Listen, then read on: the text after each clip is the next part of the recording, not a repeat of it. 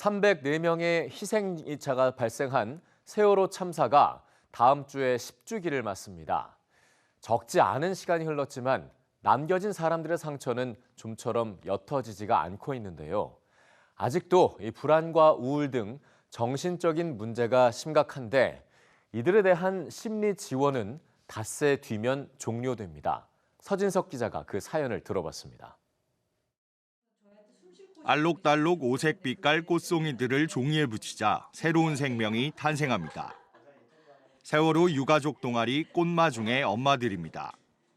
10년 전 떠난 자녀들이 꽃으로라도 돌아오기를 바라는 마음으로 꽃과 잎을 모아 장식품을 만들기 시작했습니다.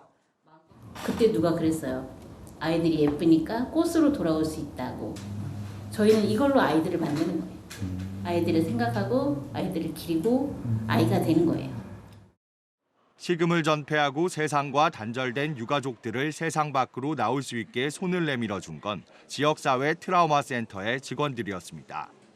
부모들이 거리에 나설 때면 함께 나갔고 집에서 괴로워할 땐 끊임없이 문을 두드렸습니다. 심리적, 정신의학적 치료도 지원했는데 지난 10년간 1000건 넘는 치료를 지원했고 지난해에도 10,000건 넘는 유가족 사례를 관리했습니다.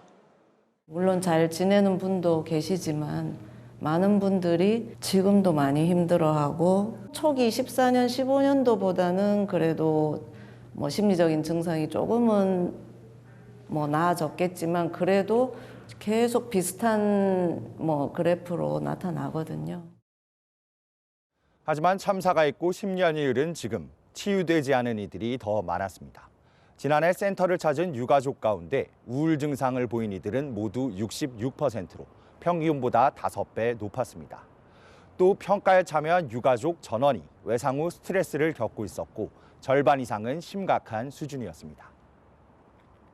전문적인 치료가 절실하다는 의미인데 정신과 진료와 상담을 받은 이들은 참사 첫해 최소 299명으로 가장 많았고 지난해에도 100명이 치료를 받았습니다. 그런데 이들에 대한 치료비 지원은 다음 주에 끝나게 됩니다. 어떻게 된 걸까요?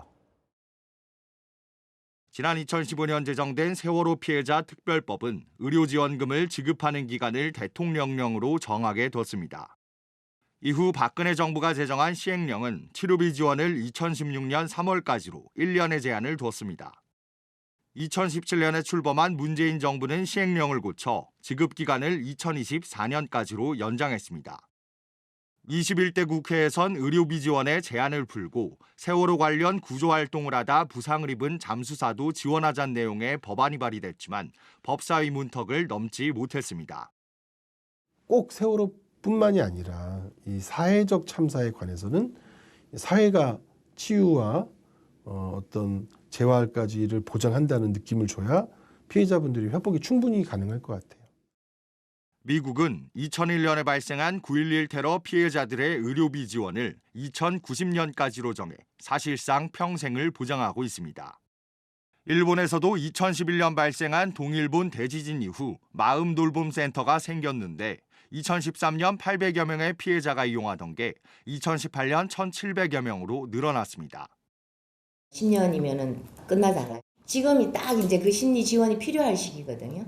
3년, 5년, 10년을 주기로 트라우마가 이렇게 가중되고 그게 숨어있던 게 드러나는 시기가 지금 시기인데 소중한 가족과 친구를 잃은 자리에 깊숙이 스며든 트라우마.